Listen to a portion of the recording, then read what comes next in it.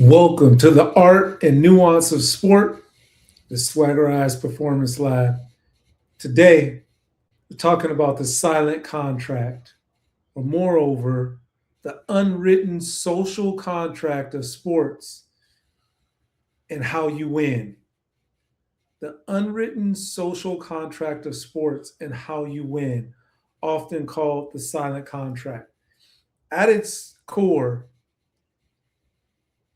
the agreement is that we give you fame, wealth, athletic adoration, provided you entertain, remain politically palatable, and do not disrupt the existing social norms, such as racial or institutional status norms or political status norms.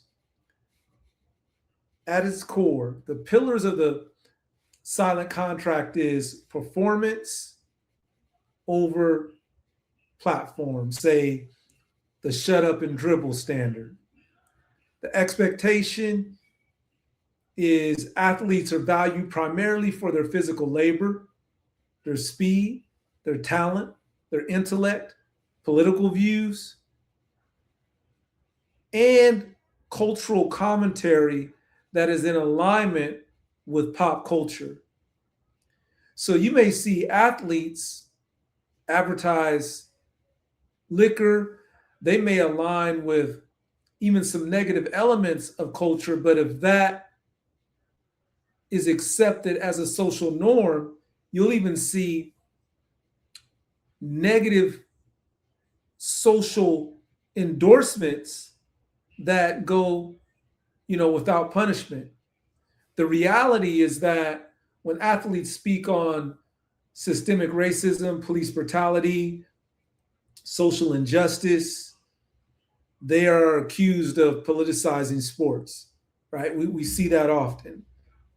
Um, Even though sports have always been inherently political, sports are political in many ways.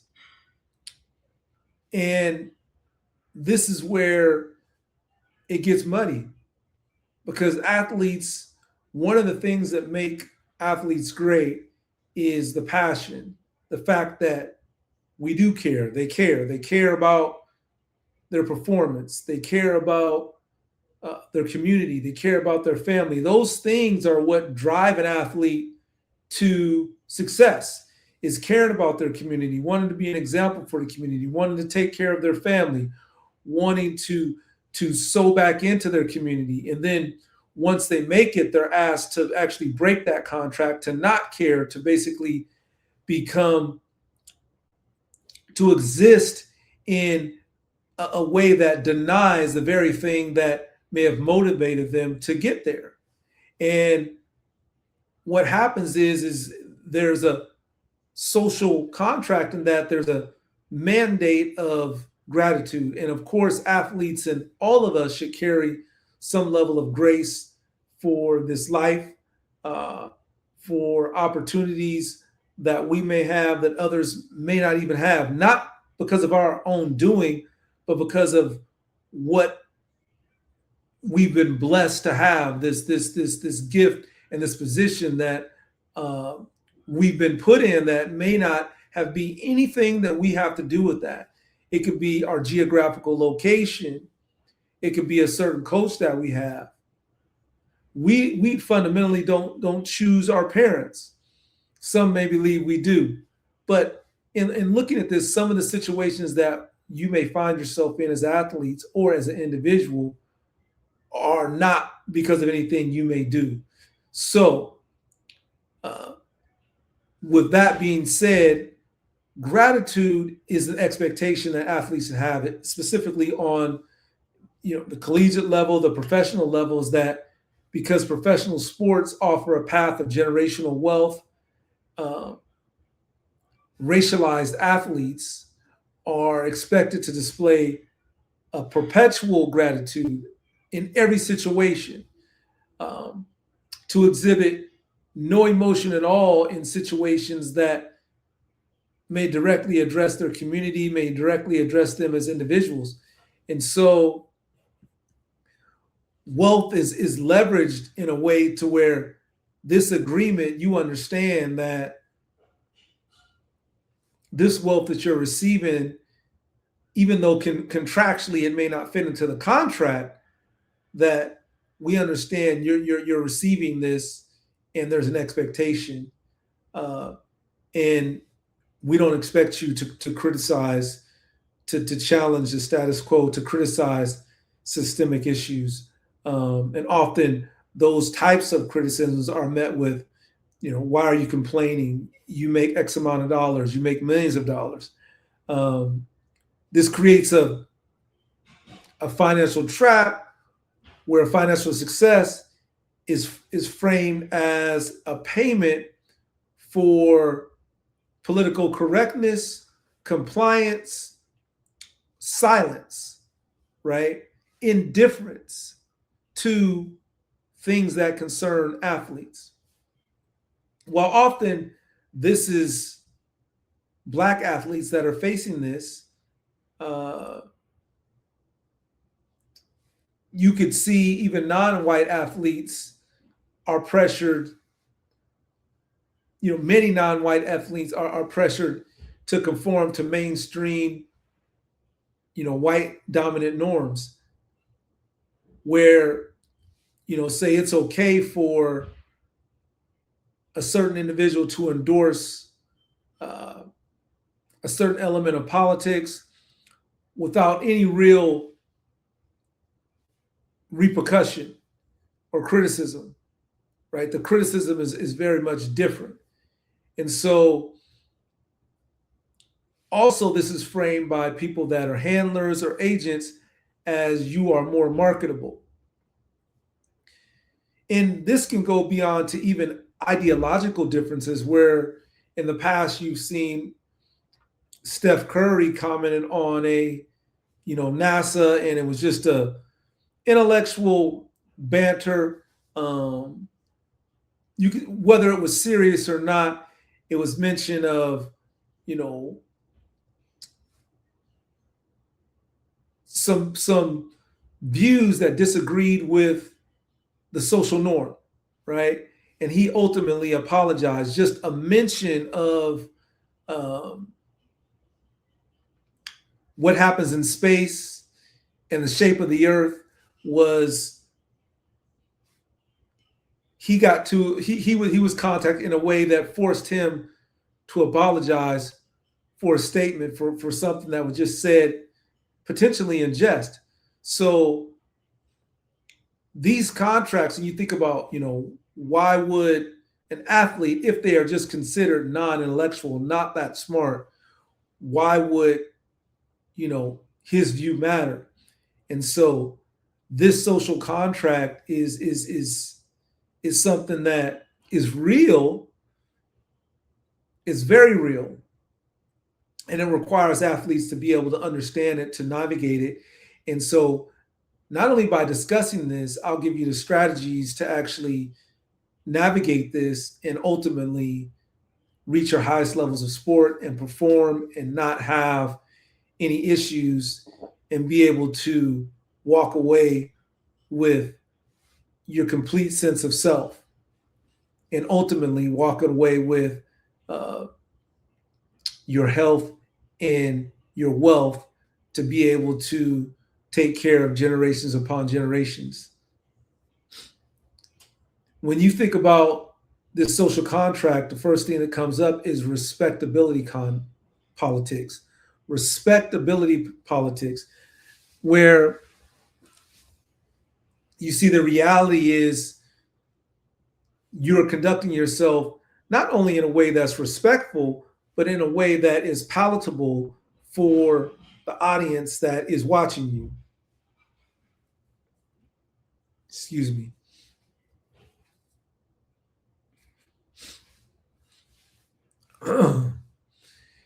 Expressing intense emotion or passion can quickly get an athlete labeled as aggressive, divisive, a locker room cancer, And you even see this across sports, not just basketball and football, but Serena Williams faced this when she was fighting for herself on calls. And if you look at the film in many of Serena's late in her career when she was really uh,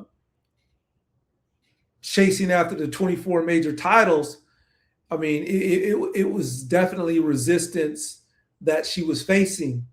And so in that you could only imagine how tense she felt the calls, how and for those that didn't want to see her potentially break Margaret Court's all-time record and pass also Steffi Graf.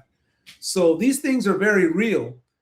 You see it in F1 with Michael Schumacher and Lewis Hamilton, that resistance where some people feel as though, you know, he's really replacing a legend. And even Lewis's mention of Black Lives Matter, right? He received a lot of resistance, for that. And some say, that was the reason he lost the last championship that he had, where Max Verstappen was able to get basically an extra lap and a chance on fresh tires, which he ultimately beat Lewis. And many feel, specifically in the British community, that those reasons Lewis was targeted because of his way he was outspoken for Black Lives Matter and fighting racism. And so, how do you navigate this when you see the consequences of breaking the contract? We can go back specifically when you're talking about non-white talent, such as, say, Muhammad Ali. He refused the Vietnam draft and he spoke against racism. He was stripped of his title, banned from boxing for 3 years, and vilified before being later canonized. And he was absolutely hated during his time. People quote his sayings and they quote him, but Muhammad Ali was absolutely hated during that time. And it's so ironic that later on he was appreciated, but it was almost when he, wasn't able to communicate in the same way that he could in his past. And he was more looked at as staying in his place because he wasn't saying as much. Then, he received some level of respect. You have Mahmoud Abdul Rauf, who stood in silent prayer during the U.S. anthem in 1996, suspended by the NBA, marginalized, and he saw his career prematurely, removed. Obviously, you have Colin Kaepernick. He kneeled during the anthem to protest police brutality. He was effectively blacklisted from the NFL, and his kneeling came from speaking to those in the military. And kneeling is often something that you do as a sign of honor and submission to something. Is showing submission. You when you kneel, you when you pray, you kneel, you're down. So, but many really turn that on as an ultimate sign of disrespect, in which he actually received that method of protest from military personnel. You have Naomi Osaka, who prioritized mental health and opted out of a lot of required press conferences, which she received a lot of criticism from that. And ultimately, she's now come back from that.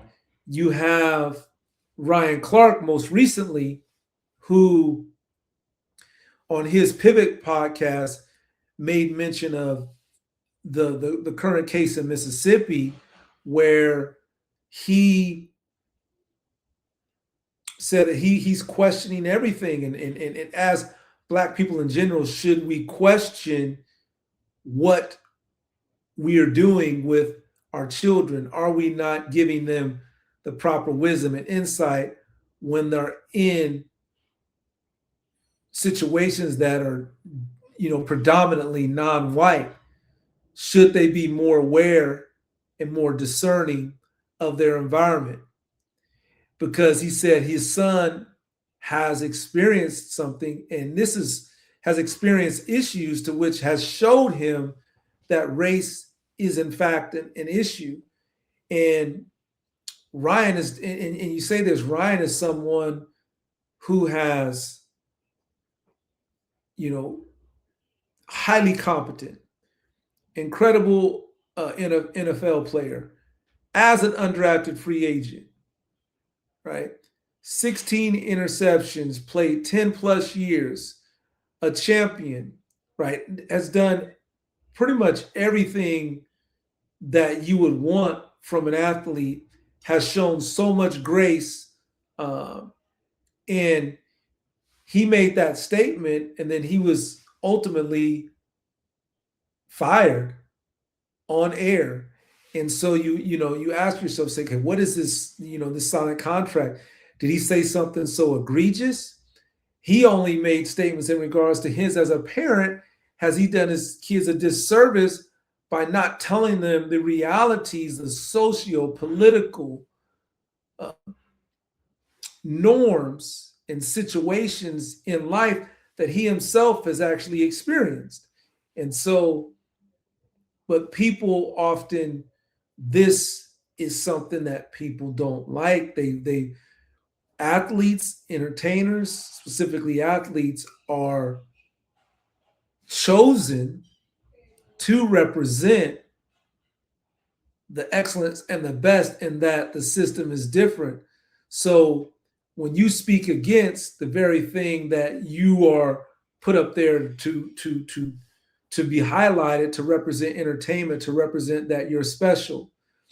And that's the thing. Many athletes know that they're very grateful for their situation, but they know if you are a true competitor, you know that there's many different factors, and there are people out there that may have not got the opportunity. So athletes, highly competitive athletes, understand the dynamics of, man, there was always a potential that it was very, very easy that they may not have made it because of certain circumstances. Even when you look at Allen Iverson and you look at his situation, you look at Randy Moss, where Allen Iverson was jailed, Randy Moss, what he went through. Both of these athletes could have easily just been someone that what they should have did. And if you read their story, you would see that these situations, so those type of athletes would obviously can be concerned and highly compassionate towards issues concerning Black men, or any issues where people are feeling oppressed or marginalized. So this is the dance that you play, but we'll give you strategies in order to navigate this reality. The reality is, okay, how do you rewrite this contract? One, in recent years with social media, you have direct access with fans. So social media allows athletes to control their own narrative without traditional media gatekeeping or filtering their words. You have economic power and ownership. People like LeBron James have their own, show on different platforms and entities that are produced at a high level and pushed out to the masses. So he has, a very powerful platform to control his narrative, as he learned in his initial media announcement. When he announced his change from Cleveland to Miami, he received a lot of criticism. And you think about that, all of that type of engagement or announcement was good for the league. Everybody was excited. LeBron made a big thing about it. So it all brings more eyeballs from the business standpoint. You would think that people are happy, but they just didn't like that, LeBron was the center of attention. He was that big, that offended people.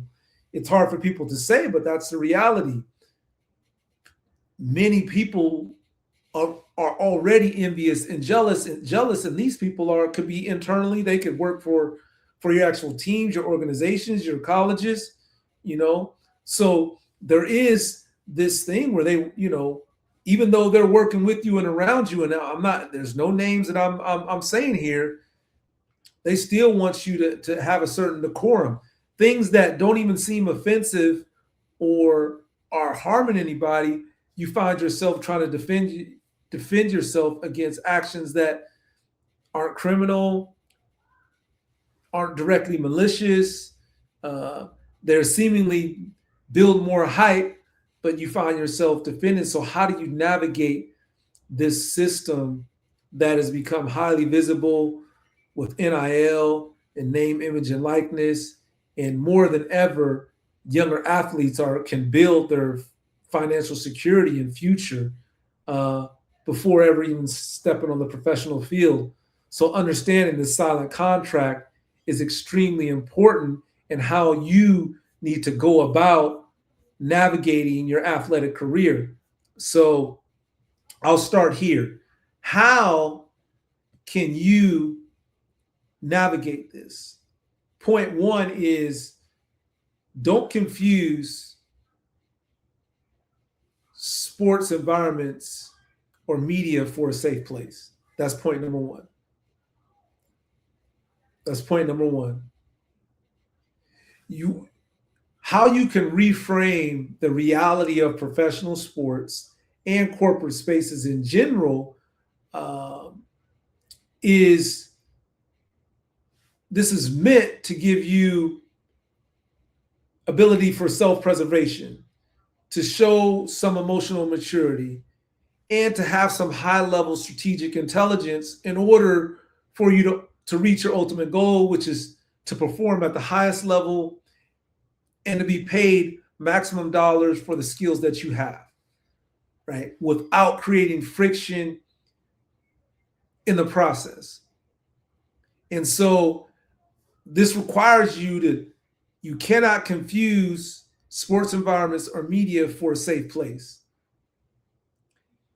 You can't be naive. The reality is when an athlete or professional athletes realize that sports media, franchises, and corporate structures are transactional businesses, not families, they stop expecting emotional safety. They stop expecting therapy from places that are designed specifically for profit and actually controlling a very streamlined narrative.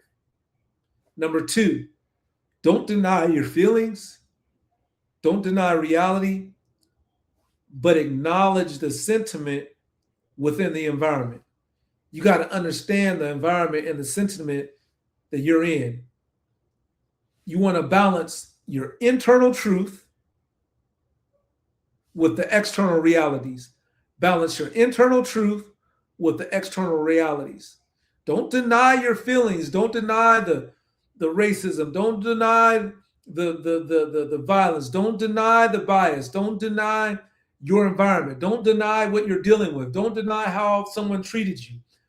But you must balance that internal truth with the external realities, meaning that you can't look to the very place that you see injustice. You can't look to that place for a safe place and for therapy. That is the wrong place. Specifically, when you may use that platform for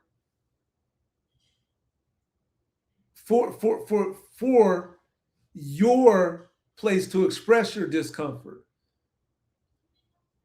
right? So don't deny your feelings. Acknowledge the sentiment, acknowledge the reality, acknowledge the environment. Have your core truth. But you also can't deny the external reality. You don't have to gaslight yourself, tell yourself some crazy story. You don't have to lie to yourself. You don't have to suppress your emotions to survive. You acknowledge your feelings. That internally preserves your humanity. That internally preserves who you are, where you came from. That preserves your mental health. Brandon Marshall talked a lot about one time his mental health. And he also admits he has some anger. So anger is a sign that, okay, there's a problem there, right? Something is going wrong. Where the mental issues come, and I'm not saying this is him, I'm just expressing that this is something that real that athletes deal with. But when the mental issues come is when you have the issues and you start to deny the reality, you start to tell yourself a story because likely someone else is telling you a story that is more acceptable and palatable, and you convince yourself that that's the reason, but it's not. And then you start to have struggle mentally because your mind is saying, no, what you're trying to tell me is not the truth. The reason you angry is because this person treated you like this. Now they're lying about it, and they're telling you, and they're gaslighting you and telling you it's because you did something, but you know you were mistreated. You know that in this situation, you did not do anything, or you are not at fault, or you were wrong, or your behavior, what you did, they're trying to tell it is something else, and you understand, and you're being more honest with yourself. When you start to lie to yourself, when you can't reconcile reality, is when there's these things happen. And I say that as these are entertainment purposes. This is just for entertainment purposes, right? This is just anecdotal for entertainment purposes, right? Take it or leave it. So, however, recognizing sentiment in the room allows you to read the room before reacting. You know what you stepping into. You understand what room you're stepping into. When you step into certain environments, you already understand, okay, I understand this person's political ideology. I understand how this person reacts in certain situations, or how they don't react, or how they're indifferent, or the things that they say. When you're able to read the room, when you're very honest about realities without reaction, remember the game within the game, this gives you the advantage. It gives you emotional mastery. What you feel, but you choose when and where and how to express it so you don't walk into unnecessary landmines, so you don't get the rug pulled from underneath you. You have real conversations with real people that understand your real experience. And these are people that are highly competent. And those people, they may be highly competent, but you have to see, and your value system has to be very real. If you're always valuing popularity, then, I heard, Roy Jones and Andre Ward say this, that then you're chasing popularity. They spoke about how they know things, they can say things that will go viral, but it's just, that's not what they're moving. They're moving from a very deep place, a love for boxing, pugilists. They're very pure in how they look at this sport. They are very honest.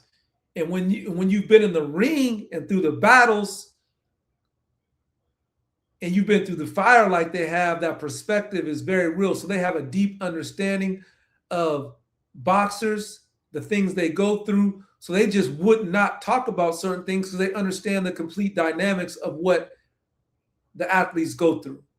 So to criticize them and throw them in a certain bus, it is not to say they're not honest, but they understand that there's a decorum and there's a respect and integrity that they have because they've been there. And they're not chasing something external. So, and this is the thing, when you're grounded, it gives you this emotional mastery. We all make mistakes, and you fall down, you get back up. But let's just say 89% of the time, 91% of the time, you at you're going to be doing this right. 95% of the time, right? You get better at it. And when you do actually have that reaction, people can see, okay, this is very real. This is like they see this isn't something where you lack the emotional intelligence. So the key is that you don't walk into landmines. So number one, to navigate this social contract is don't confuse sports environments or media for a safe place. Number two, don't deny your feelings, but acknowledge the sentiment within the environment. Know the room before you walk into it. You can't go to the place that is harming you or has a different view for you or that is opposing you or that you know is in friction with you. You can't go to that place for therapy. I say that respectfully. I say that respectfully. Because me as being an athlete, being in all these different environments, see, what do you do when you don't make it? What do you do when you don't play 10 years in the NFL, when you don't play 5 years in the NBA, when you don't get when you don't get, that 10, 15, 20, 50, 100 million, what do you do? But you're still legit. You're still legit. I mean, legit. You got all the pedigree. You got the credentials, right? But you didn't make it. Jalen Brunson, second round. Steph Curry, first round. Steph Curry, the person that they wanted to make it. Jalen Brunson, they didn't know. We don't know. Very easy. He could have not been that guy. That's what makes Jalen Brunson so special, is that despite the circumstance and the sentiment of the room, he was able to navigate the room, and now he's on par. He might be the best pure point guard in the league. Maybe another guy that can lead a team like that is Gilgeous, but he couldn't do what Jalen did. Shy faced the same player. Jalen beat him. Smaller. 5 inches shorter. I'm not even sure, and I'm going to digress. I'll do this on another video. I'm not even sure if Steph has done what Jalen has done, how Jalen handles the ball and carries the weight. I'm not even, and I'm from the Bay Area. This is no criticism. What I'm saying is he navigated the room. So, number three, the racial, political, and social circumstance impact what you can say without a reaction. The reality, ignoring social power dynamics doesn't make them disappear. Recognizing that certain words, topics, and stances carry a heavier tax, specifically with the history for non-white and marginal and people that have been under attack and stress in this country. It's understanding the chessboard. And it's really not a chessboard, because the chessboard has certain pieces, what they can and do, what they can and can't do. And life is even more complex than chess. It's like 7 different chessboards, and a pawn on this board can do one thing, a pawn on the other board has another set of rules that they play by. This pawn on this board has another set of rules that they play by. The queen on this board has another set of rules they can play by. The queen on this board has another set of rules they can play. The queen on this board can move itself off the board so you can't see it, and then come back on when it wants to. So life is totally different. People say it's chess. Life is multiple chessboards. So the advantage, when you know the potential reaction to your words, you gain power over the outcome, because you're capable of dealing with the outcome and you're able to stand on your square, because you know this is ultimately what you wanted to do anyway. You can choose to speak up knowing the exact cost or the alternative avenues. Alternative avenues. You understand your community. You understand ownership. You understand investment. You understand you understand your power. Number 4, modern day relationships are not shared on ideas, but are shared on economic opportunity. Let me say that again. Number 4, you got to understand America, a lot of the world, in America that has driven this capitalistic view. Modern day relationships are often based not on shared ideas, but on shared economic opportunity. Yes, yes, we want real relationship. We want to see each other. We want to understand. We want to connect on the essence, on the soul, right? But a majority of the world is connecting through shared economic opportunity, through economics. Expecting corporate colleagues and infrastructures, executives and organizations and business partners to share the more mine or your worldview or cultural background or personal values is a recipe for betrayal at some point. So as you're seeing right now and everything that's going on, there's so much going on, and you're seeing people are ducking and dodging. They got quick feet. They trying to move out the way. They they were standing on grass and they moved their feet real quick and they said, "Man, I didn't even see any grass. Where was the grass at? Where? I didn't see the grass. Where was the grass? Man, you was just standing on the grass 5 minutes ago. They got quick feet. They didn't move off the grass, forgot about the grass. Now they saying they didn't see any grass." Understand what I'm saying? So most professional alliances exist because both parties are making money or building power together. The advantage, when you understand, is this removes this emotional dependency from business. This is not to say that we can't exist in reality, which we can, but I'm saying the world has a different worldview. If you're here, champion, that's what I'm gonna call you guys. If you're here, champion, champions are here on this channel, the Art and Nuance of Sport. If you're here, champion, yes, we want to connect on this essence, this truth, this power, this discipline, integrity, this righteousness, right? This striving for excellence, this, fall down 7 times and you get back up and you know what direction you got to go, it.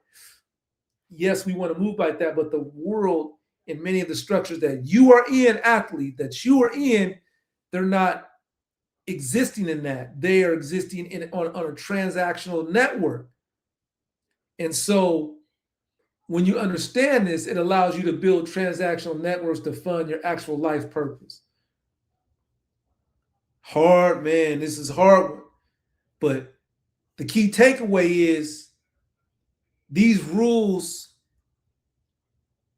a player out of being a victim, not a victim mindset, from being a victim of being displaced or moved in a way that surprises them. You may know if I do this or whatever, I may, be removed, but I'm not surprised by it. Understand the game that is played. And we do this by sharpening each other. We do this by sharpening each other. So this isn't something to be down about. If many of you, if you are here, you probably made that mistake of speaking or doing something that was right from integrity and from the soul, but it didn't align with the institutions that you were in. Forgive yourself. Don't beat yourself up. You're a champion. Most High got you. Protect your mental health and identity by understanding these rules of engagement. Use the system's economic opportunities to build long-term freedom for yourself and your community. Align with competent people across different fields. There's incredible people out there. Incredible. The lie is that the only incredible people, the only people that are incredible are they played in this professional sports organization. They did this. They played this many years. They made this much money. That's a lie. There's incredible people in many different ecosystems, and there's people that cross many different domains. So that's what I give you. Remember, the Art and Nuance of Sport, Swaggerize Performance Lab. Check it out, download it, but more importantly, apply these principles. This is what it's about. Don't confuse sports and violence or media for safe plays. Don't deny your feelings, but acknowledge the sentiment within the environment. Understand your internal truth, but don't deny the external realities. The racial, political, and social circumstances impact what you can say without reaction. Modern day relationships are often based not on shared ideas, but on shared economic opportunity. If I even step back, I'll stop here, but champion, you going to the top if you're not already there. And I'll see you next time on the next show. We're going to keep it coming. Like it, subscribe. Like and subscribe. I think I got one view on my other video. Still here, man. You can't look externally. Got to do. It's a purpose that we have for this life that we're here, for this journey that we're on. And this game of sport, this journey that I've been on, has prepared me for, this moment, to be exactly where I'm at. If you're here right now at this point in this video, something special is on the way for you. You a champion. Everything that you've gone through, the people that denied you, the people that tried to basically be very indifferent to your talents and gifts. That's moving things out of the way so you can stay focused, so you can get strong enough to stay focused on the vision. Because when you're on that vision, you can't carry all the weight. You got to get rid of it. You got to get rid of your own mental weight. I'll see you next time.